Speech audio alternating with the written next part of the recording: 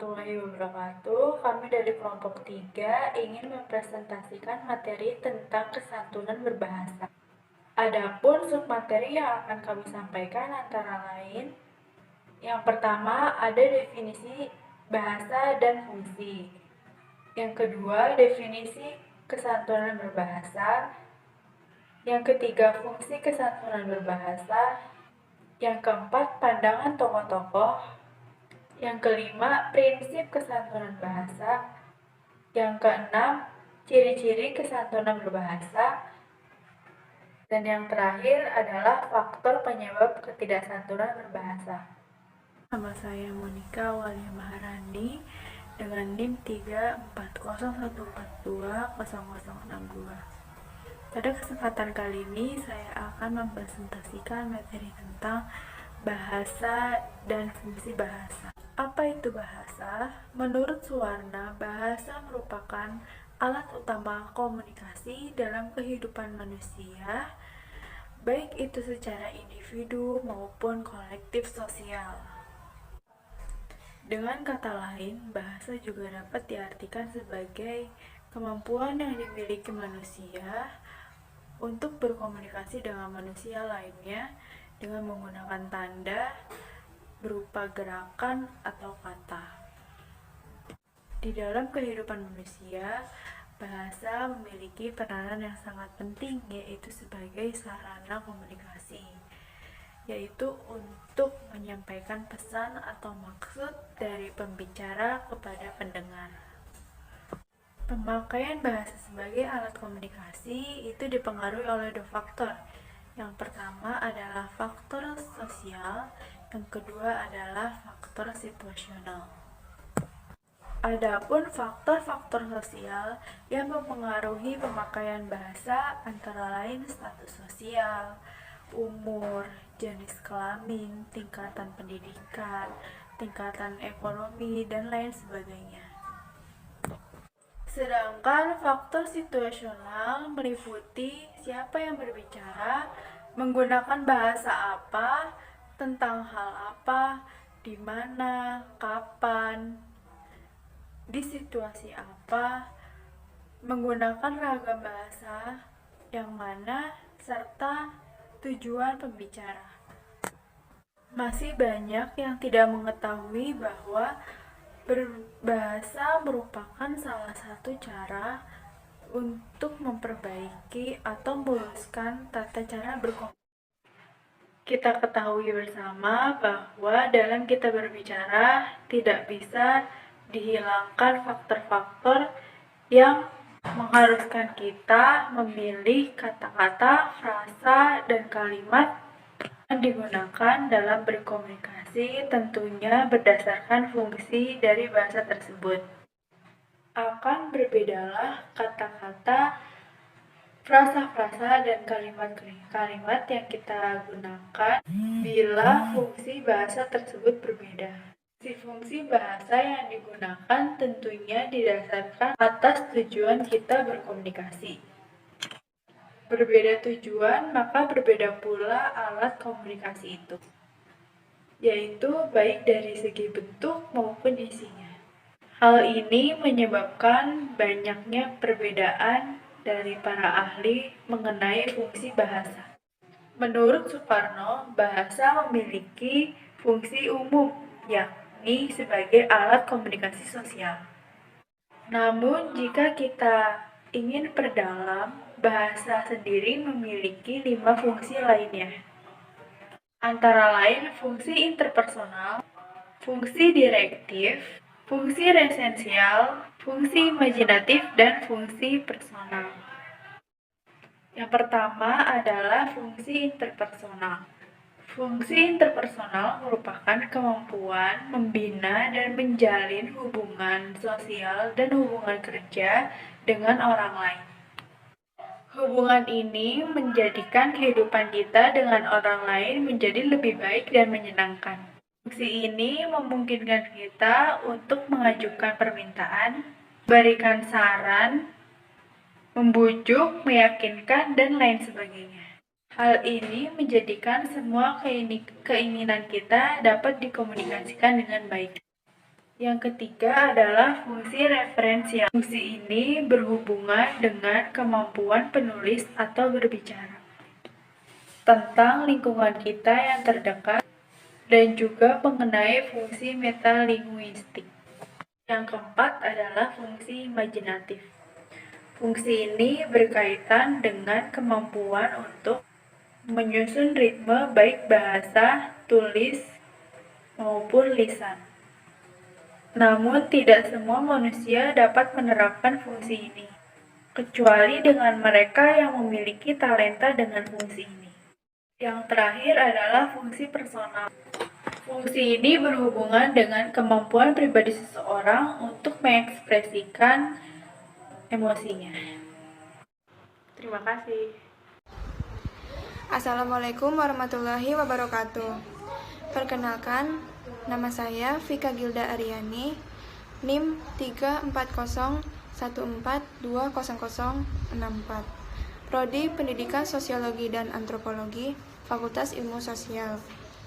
Materi yang akan saya sampaikan yaitu definisi kesantunan berbahasa.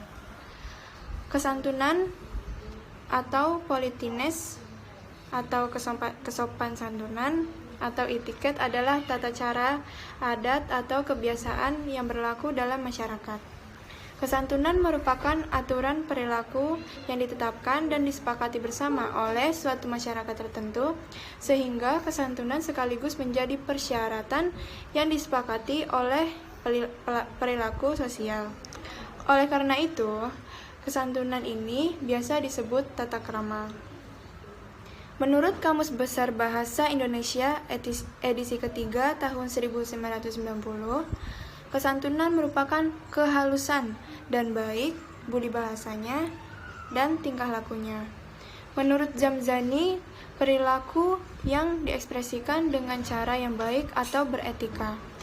Kesantunan dapat dilihat dari berbagai segi dalam pergaulan sehari-hari, yaitu kesantunan memperlihatkan sikap yang mengandung nilai sopan santun dalam pergaulan sehari-hari. Ketika dia dikatakan santun, masyarakat memberikan nilai kepadanya, baik penilaian itu dilakukan secara seketika atau mendadak, maupun secara konvensional, panjang atau memakan waktu lama. Kesantunan sangat kontekstual, yakni berlaku dalam masyarakat, tempat, situasi tertentu. Tetapi, belum tentu berlaku bagi masyarakat, tempat, dan situasi lainnya. Contohnya, ketika seseorang bertemu dengan teman karib, boleh saja dia menggunakan kata yang agak kasar, dengan suara keras. Tetapi hal itu tidak santun apabila ditujukan kepada tamu atau seseorang yang baru kenal. Kesantunan selalu bipolar. Dalam artian, kesantunan memiliki hubungan dua kutub, seperti anak dan orang tua, dan antara orang yang masih muda dengan orang yang lebih tua.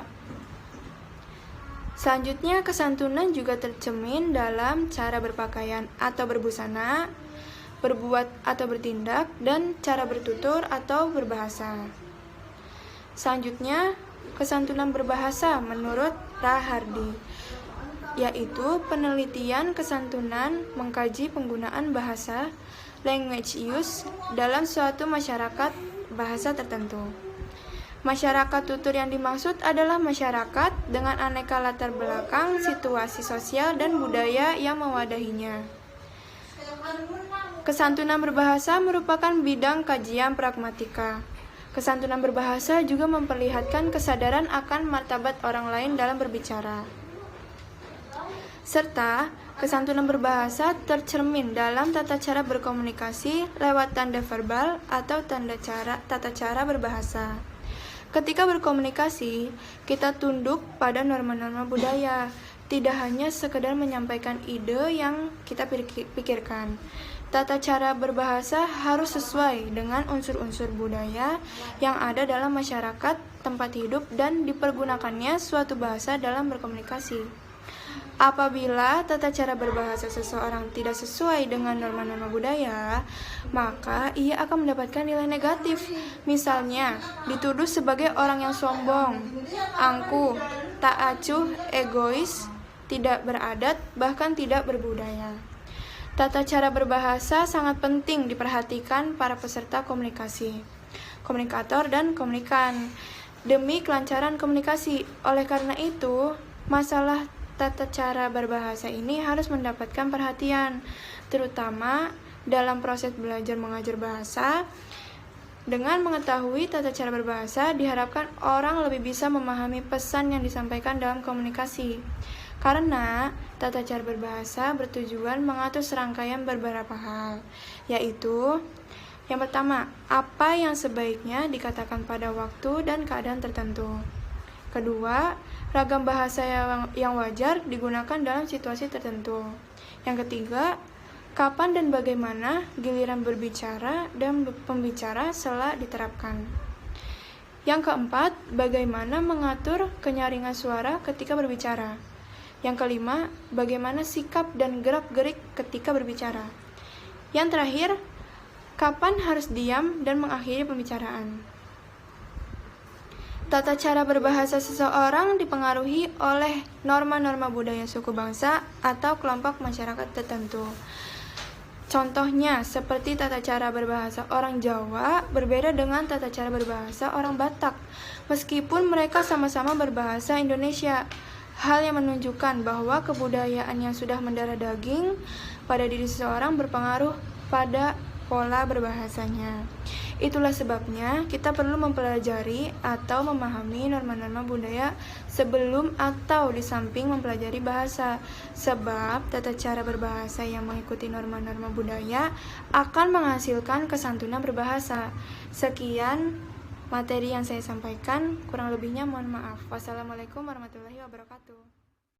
Assalamualaikum warahmatullahi wabarakatuh. Perkenalkan, nama saya Naufal Hanan Syahbana, NIM 34014200016, jurusan Sosiologi dan Antropologi, Fakultas Ilmu Sosial. Saya dari kelompok 3, mata kuliah Bahasa Indonesia, ingin menyampaikan materi mengenai fungsi kesantunan berbahasa. Oke, jadi kita masuk ke pembahasannya aja. Jadi yang pertama itu fungsi kesantunan berbahasa itu ada 5. Yang pertama itu ada fungsi menyatakan atau deklaratif. Yang kedua itu ada fungsi menanyakan atau integratif. Yang ketiga itu ada fungsi menyuruh atau imperatif. Yang keempat itu ada fungsi meminta maaf. Dan yang kelima itu adalah fungsi mengkritik. Langsung saja ke yang pertama, yaitu fungsi menyatakan atau deklaratif. Nah, fungsi menyatakan di dalam kajian pragmatik dilakukan dalam bentuk kalimat deklaratif. Nah, apa itu kalimat deklaratif? Nah, kalimat deklaratif ini kalimat yang menyampaikan berita atau kabar tentang keadaan di sekeliling orang yang sedang berbicaranya saja. Nah, kalimat deklaratif ini pada umumnya digunakan untuk membuat pernyataan sehingga isinya merupakan berita informasi tanpa mengharapkan responsi tertentu. Nah, tapi bukan berarti lawan bicaranya tidak boleh mengomentarinya ya.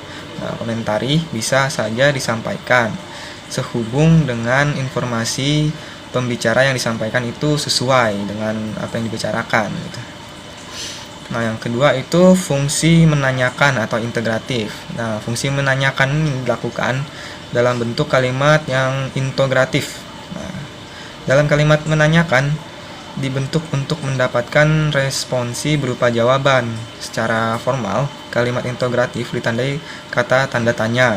Nah, dan juga seperti apa, siapa, berapa, kapan, bagaimana, dan juga bisa ditambah dengan belakang akhiran kah, bagaimanakah, apakah, begitu ya. Nah, kemudian selanjutnya yang ketiga yaitu fungsi memerintah atau imperatif.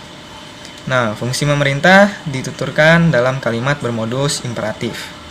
Kalimat perintah adalah kalimat yang bertujuan memberikan perintah kepada orang lain untuk melakukan sesuatu. Dalam bentuk lisan, kalimat perintah ditandai dengan intonasi yang tinggi. Sedangkan dalam bentuk tulisan, kalimat imperatif biasanya diakhiri dengan kata tanda seru ya, yang i terbalik itu di akhir kalimatnya. Kemudian fungsi kalimat imperatif itu juga dibagi atas 3 bagian. Yang pertama itu untuk menyuruh, untuk melarang, dan untuk menyetujui dan menolak.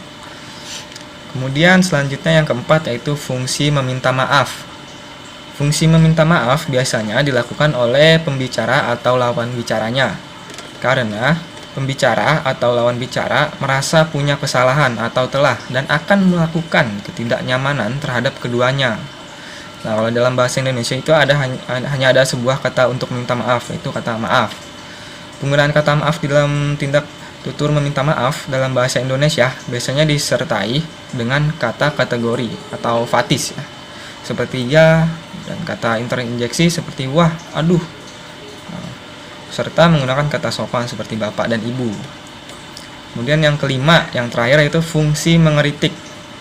Nah, mengeritik ini kan berarti membetulkan keburukan, kekurangan, kekeliruan, atau kesalahan seorang. Nah, tuturan mengeritik ini bisa mengancam muka negatif ya lawan bicaranya kalau dilakukan secara lugas. Jadi bisa mancing emosional juga. Kemudian contoh-contohnya bagaimana saja? Nah, di sini kita langsung lanjut ke contoh-contohnya. Yang pertama itu contoh dari fungsi deklaratif atau menyatakan ya. Nah, misalnya pada konteks ini, pada saat nominal tabungan siswa ada yang tidak sesuai. Nah, misalnya siswa, "Bu, maaf, ini tabungannya ada yang ketinggalan dicatat." Nah, terus gurunya bilang, "Oh iya, tabungan yang kemarin ya." Wah, jadi di sini berfungsi sebagai kalimat penjelas gitu ya. Seperti dilihat pada kutipan, "Ibu, maaf. Nah, ini tabungannya ada yang ketinggalan dicatat." Nah, seperti itu. Nah, contoh lainnya juga misalnya dalam konteks guru mengucapkan selamat pada siswanya. Nah, misalnya guru, "Sebelumnya Ibu ucapkan selamat ya kepada bla bla bla, siapa namanya." Nah, itu berarti berfungsi untuk menyatakan ucapan selamat ya atas keberhasilan siswanya. Nah, kemudian contoh lain juga misalnya konteksnya pada saat ada beberapa siswa yang tidak mengerjakan tugas. Nah, contoh dialognya misalnya guru, "Coba perhatikan dulu, lain kali yang tidak mengumpulkan tugasnya tidak akan diberikan toleransi kecuali sesuai dengan alasan yang tepat." Nah, misalnya guru ngomong seperti itu. Nah, maka fungsinya untuk menyatakan sebuah peringatan kepada siswanya yang tidak mengerjakan tugasnya di rumah.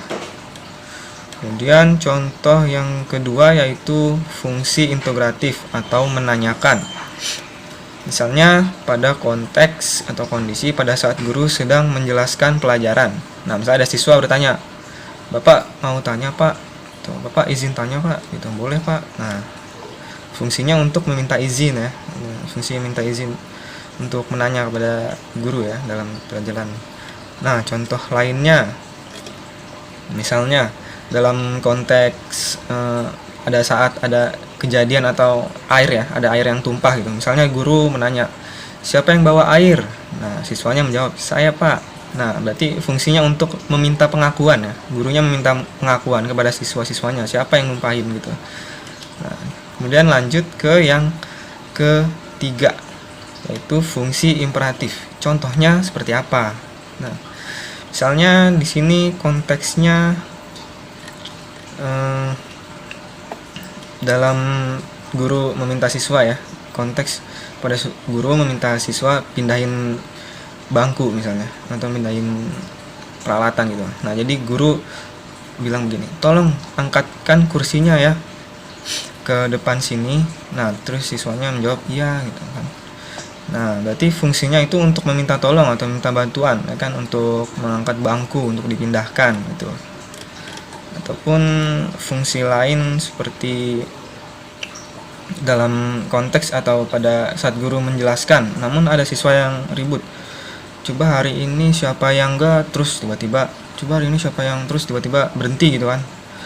Nah, di situ mencoba untuk menjelaskan gitu, "Kamu tolong diam ya." Nah, berarti itu gurunya sedang menyuruh siswanya untuk diam gitu. Kemudian selanjutnya yaitu fungsi meminta maaf. Nah, misalnya pada konteks atau kondisi siswa menyenggol temannya gitu ya, tidak sengaja gitu. Misalnya gini, siswa, "Aduh, nggak sengaja bro, sorry bro," gitu. Aduh, nggak sengaja gitu kan. Berarti ini berfungsi untuk menyatakan sebuah penyesalan kan pada siswa saat menyenggol temannya. Nah, contoh lainnya Misalnya dalam konteks pada saat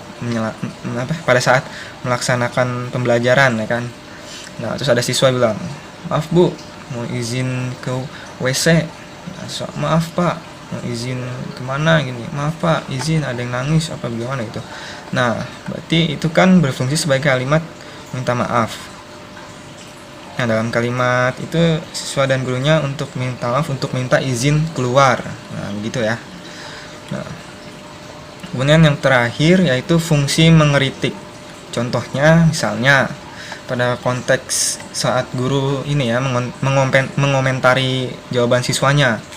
Misalnya gurunya bilang gini, "Wah iya nih jawaban kamu sudah cukup bagus. Nah, tapi ada bagian-bagian yang tidak tepat." Nah, jadi dalam konteks atau kondisi seperti itu, maka kalimatnya berfungsi untuk menolak jawaban gitu kan. Nah, terus contoh lain misalnya ada dalam konteks atau dalam kondisi pada saat ada yang tampil gitu, presentasi atau sedang nyanyi gitu kan di dalam kelas. Nah, terus ada siswa bilang, "Sudah sangat bagus Bu, cuman suaranya kurang keras aja. Sudah sangat bagus, cuman ada apa bla bla bla," dan semacamnya gitu kan. Nah, berarti kalimatnya itu berfungsi untuk apa? Yaitu untuk menyebutkan kekurangan orang lain. Nah, tapi di sini masih sangat sopan karena tidak merendahkan orang yang sedang tampil atau tidak rendah di hadapan orang lain, karena masih ada kata sudah sangat bagus, cuman kurang keras saja suaranya. Nah, seperti itu. Nah, mungkin itu saja yang bisa saya sampaikan, kurang lebihnya mohon maaf. Wassalamualaikum warahmatullahi wabarakatuh. Terima kasih. Assalamualaikum warahmatullahi wabarakatuh. Perkenalkan, nama saya Muhammad Zidane Manafian. NIM saya 61014200135. Saya merupakan bagian dari kelompok 3 yang mendapatkan materi tentang kesantunan dalam berbahasa. Dan dalam materi ini saya mendapatkan bagian untuk menjelaskan pandangan dari tokoh-tokoh tentang kesantunan dalam berbahasa. Kesantunan sendiri sebenarnya bersifat relatif, di mana suatu tuturan dapat dikatakan santun dalam suatu kelompok dan bisa juga dikatakan tidak santun dalam kelompok lain. Langsung saja kita masuk ke pandangan tokoh yang pertama, yaitu menurut Leach. Leach mengatakan bahwa kesantunan itu merupakan komunikasi antar peserta. Peserta yang dimaksud di sini yaitu pendengar dan penutur. Penutur harus menggunakan kalimat yang santun dan sebisa mungkin tidak melukai perasaan pendengar. Pandangan dari tokoh yang kedua yaitu Massinambo. Massinambo mengatakan sistem bahasa memiliki salah satu fungsi, yaitu sebagai sarana interaksi manusia, yang berarti dalam tidak laku berbahasa harus menggunakan norma-norma yang berlaku. Tidak laku berbahasa di sini biasa kita sebut dengan etika berbahasa. Pandangan dari tokoh selanjutnya yaitu pandangan dari Rahardi. Rahardi mengatakan bahwa penelitian kesantunan mengkaji penggunaan bahasa dalam bahasa masyarakat tertentu. Bahasa masyarakat di sini yaitu adalah masyarakat yang memiliki aneka latar belakang, situasi sosial, dan budaya yang mewadahinya. Lalu pandangan tokoh yang selanjutnya yaitu pandangan tokoh dari Caire. Caire menyatakan ada 3 kaidah dalam kesantunan berbahasa. Kaidah yang pertama yaitu formalitas, yang artinya suatu tuturan tidak boleh bersifat memaksa ataupun angkuh dan sombong.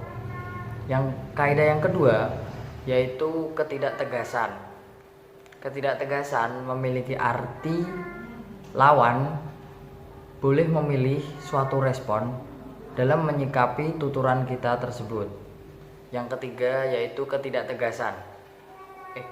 Yang ketiga yaitu kesamaan, yang secara sederhana bisa kita artikan adanya kesetaraan antara penutur dan pendengar. Berarti dapat kita simpulkan dari 3 kaidah tersebut, Caire menyatakan suatu tuturan dapat dikatakan santun apabila tidak bersifat memaksa dan tidak angkuh atau sombong. Lalu suatu tuturan boleh memilih tindakan yang diambil oleh lawan tutur sehingga lawan tutur merasa senang. Dan yang terakhir yaitu adanya kesetaraan antara lawan tutur dan juga penutur. Dan pandangan dari tokoh yang terakhir yaitu pandangan dari Fraser. Fraser mengatakan bahwa ada 4 pandangan yang bisa digunakan untuk mengkaji kesantunan berbahasa ini. Pandangan yang pertama yaitu the social norm view, yaitu pandangan kesantunan berdasarkan norma-norma sosial. Jadi kesantunan bertutur ditentukan berdasarkan norma-norma sosial yang berlaku. Kesantunan bertutur ini sejajar dengan etiket bahasa. Pandangan yang kedua yaitu pandangan yang melihat kesantunan sebagai maksim percakapan dan juga sebagai upaya penyelamatan muka.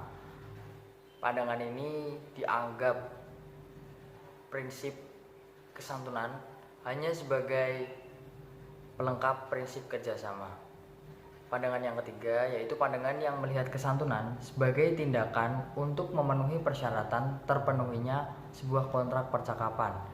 Jadi bertindak santun itu sejajar dengan bertutur yang penuh pertimbangan etiket berbahasa. Dan pandangan yang terakhir yaitu pandangan yang berkaitan dengan sosiolinguistik. Dalam pandangan ini kesantunan dianggap sebagai indeks sosial. Indeks sosial di sini terdapat dalam bentuk referensi sosial, honorific, dan juga gaya bicara. Sekian yang bisa saya sampaikan tentang materi pandangan tokoh-tokoh terhadap kesantunan berbahasa. Jika ada kesalahan, saya mohon maaf. Sekian dari saya. Wassalamualaikum warahmatullahi wabarakatuh.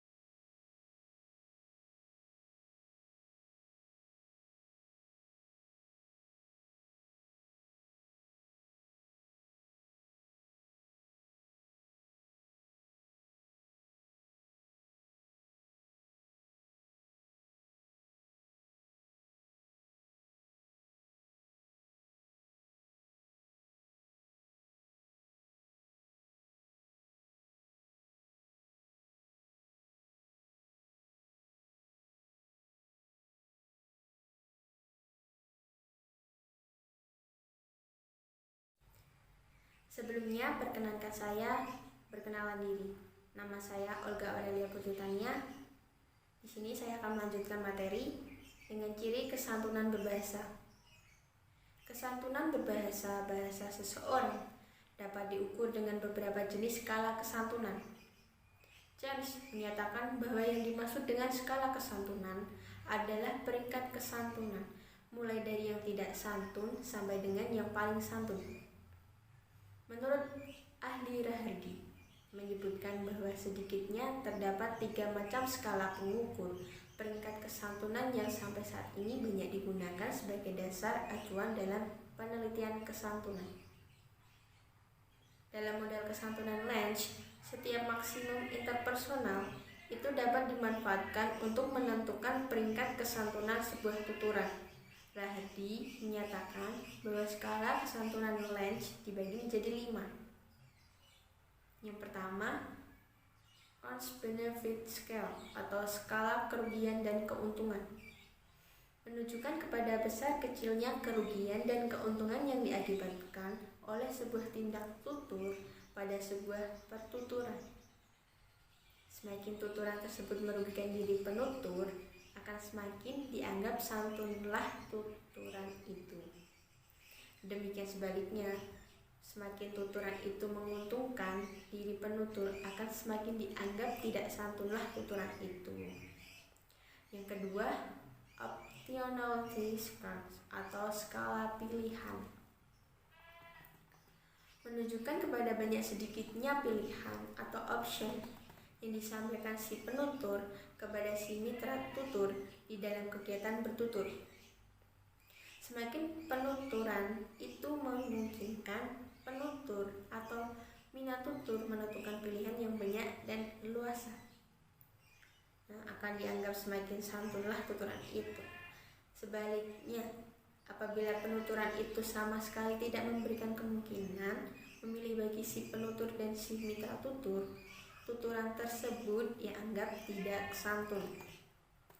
Yang ketiga, election scale atau skala ketidaklangsungan, menunjukkan kepada peringkat langsung atau tidak langsungnya maksud sebuah tuturan. Semakin tuturan itu bersifat langsung, akan dianggap semakin tidak santunlah tuturan itu. Demikian sebaliknya, semakin tidak langsung maksud sebuah tuturan, akan dianggap semakin santunlah tuturan itu. Yang keempat, authority scale atau skala keotoritasan, menunjuk kepada hubungan status sosial antara penutur dan minat tutur yang terlibat dalam penuturan.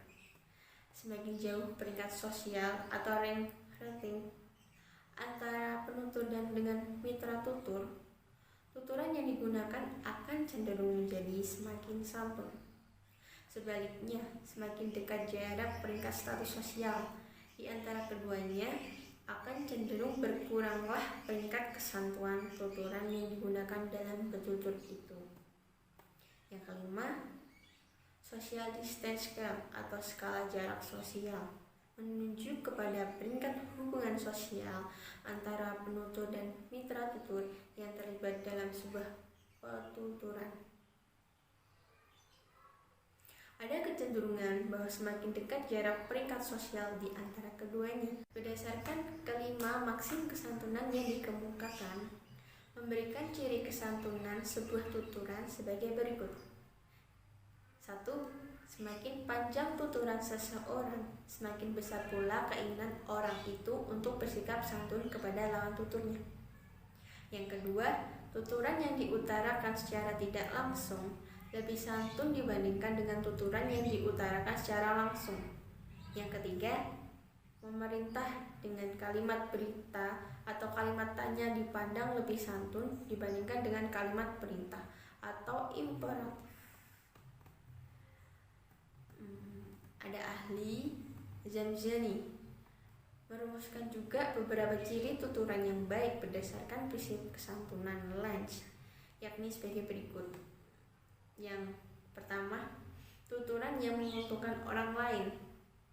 Kedua, tuturan yang meminimalkan keuntungan bagi diri sendiri.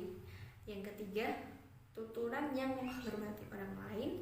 Yang keempat, tuturan yang merendahkan hati sendiri. 5. Tuturan yang memaksimalkan kecocokan tuturan dengan orang lain. Yang keenam, tuturan yang memaksimalkan rasa simpati pada orang lain. Dalam sebuah tuturan juga diperlukan indikator-indikator untuk mengukur kesantunan sebuah tuturan, yang khususnya diksi. Adapun ahli yang bernama Pranomo memberikan saran agar tuturan dapat mencerminkan rasa santun, yakni sebagai berikut.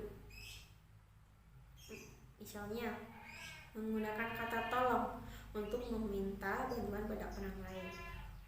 Menggunakan kata maaf untuk tuturan yang diperkirakan akan menyinggung perasaan lain.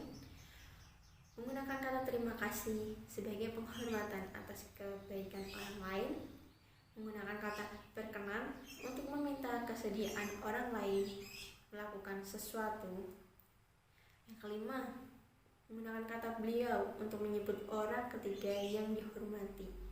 Yang keenam, menggunakan kata bapak atau ibu untuk menyapa orang ketiga. Dari implementasi indikator kesantunan dalam berkomunikasi dilakukan dengan kegiatan berbahasa dapat mencapai tujuan.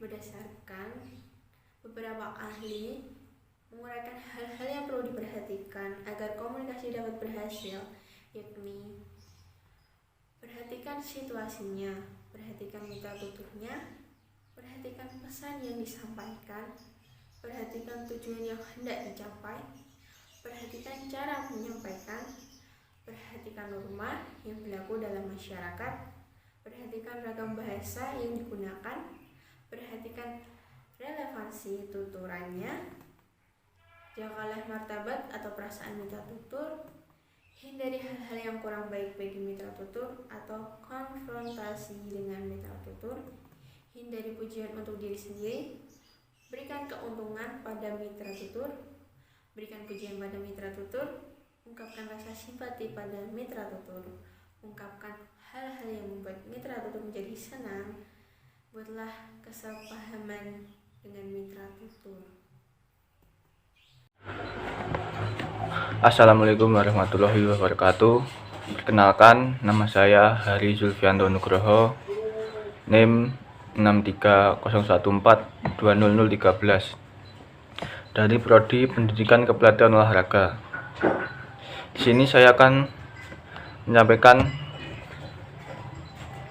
presentasi tentang faktor-faktor penyebab munculnya bahasa yang tidak santun. Meskipun banyak cara agar dalam berbahasa selalu santun, namun faktanya pemakaian bahasa di masyarakat sering menunjukkan ketidaksantunan dalam berbahasa. Faktor yang menyebabkan pemakaian bahasa menjadi tidak santun adalah sebagai berikut. 1. Penutur menyampaikan kritik secara langsung dengan kata atau frasa yang kasar. Komunikasi menjadi tidak santun jika ketika bertutur menyampaikan kritik secara langsung dengan mitra tutur. Sebagai contoh, ungkapan-ungkapan yang sering kita dengar ketika demo mahasiswa yang mengkritik pimpinan dengan menggunakan istilah-istilah kasar. Komunikasi dengan cara ini dinilai tidak santun karena dapat menyinggung perasaan mitra tutur yang menjadi sasaran kritik. 2. Penutur didorong rasa emosi ketika bertutur. Ketika bertutur, penutur didorong rasa emosi yang berlebihan sehingga terkesan marah kepada mitra tutur. Ketiga, penutur protektif. Ketika bertutur, seorang penutur kadang-kadang protektif terhadap pendapatnya. Hal demikian dimaksud agar tuturan mitra tutur tidak dipercaya oleh pihak lain. Penutur sengaja ingin memojokkan mitra tutur dalam bertutur. Ketika bertutur, penutur sengaja ingin memojokkan mitra tutur dalam bertutur. Contoh, mereka sudah buta mata hati nuraninya. Apa mereka tidak sadar kalau BBM naik? Harga barang-barang lainnya bakal membumbung. Akibatnya, rakyat semakin tercekik.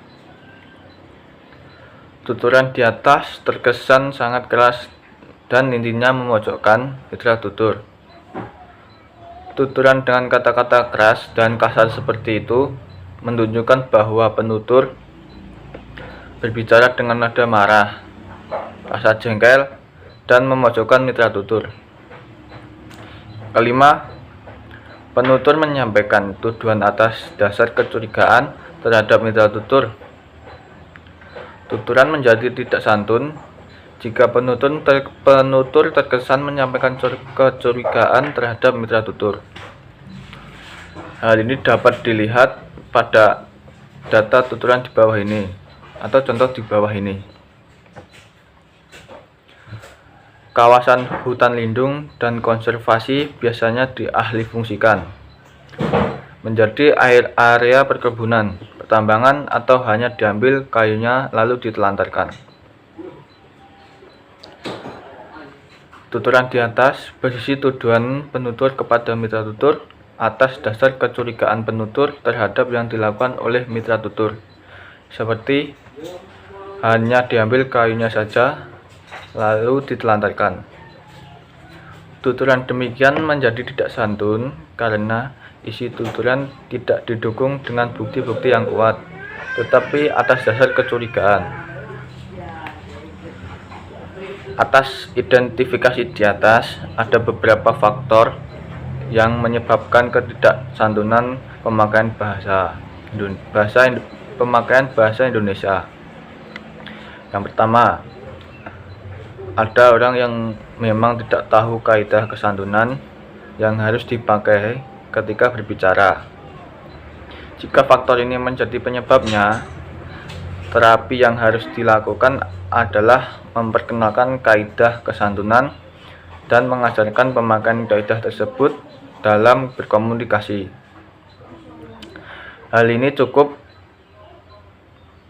ini biasanya terjadi pada anak kecil yang belum cukup pengetahuannya mengenai kesantunan berbahasa Indonesia. Yang kedua, ada orang yang sulit meninggalkan kebiasaan lama dalam budaya bahasa pertama, sehingga masih terbawa dalam keadaan baru. Jika faktor ini terjadi, yang menjadi penyebabnya, terapi yang harus dilakukan adalah secara perlahan-lahan meninggalkan kebiasaan lama dan menyesuaikan dengan kebiasaan baru.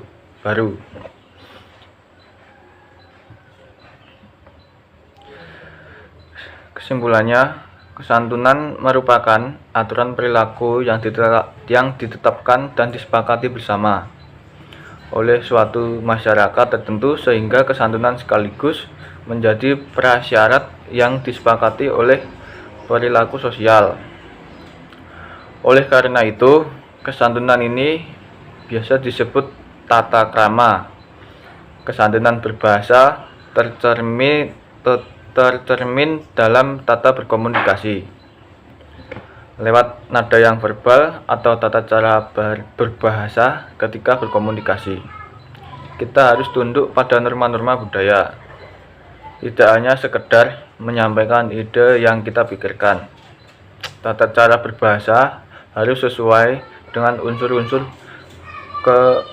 budaya yang ada dalam masyarakat tempat hidup dan dipergunakan suatu bahasa yang berkomunikasi. Sekian yang bisa saya sampaikan. Ada kurangnya mohon maaf. Wassalamualaikum warahmatullahi wabarakatuh.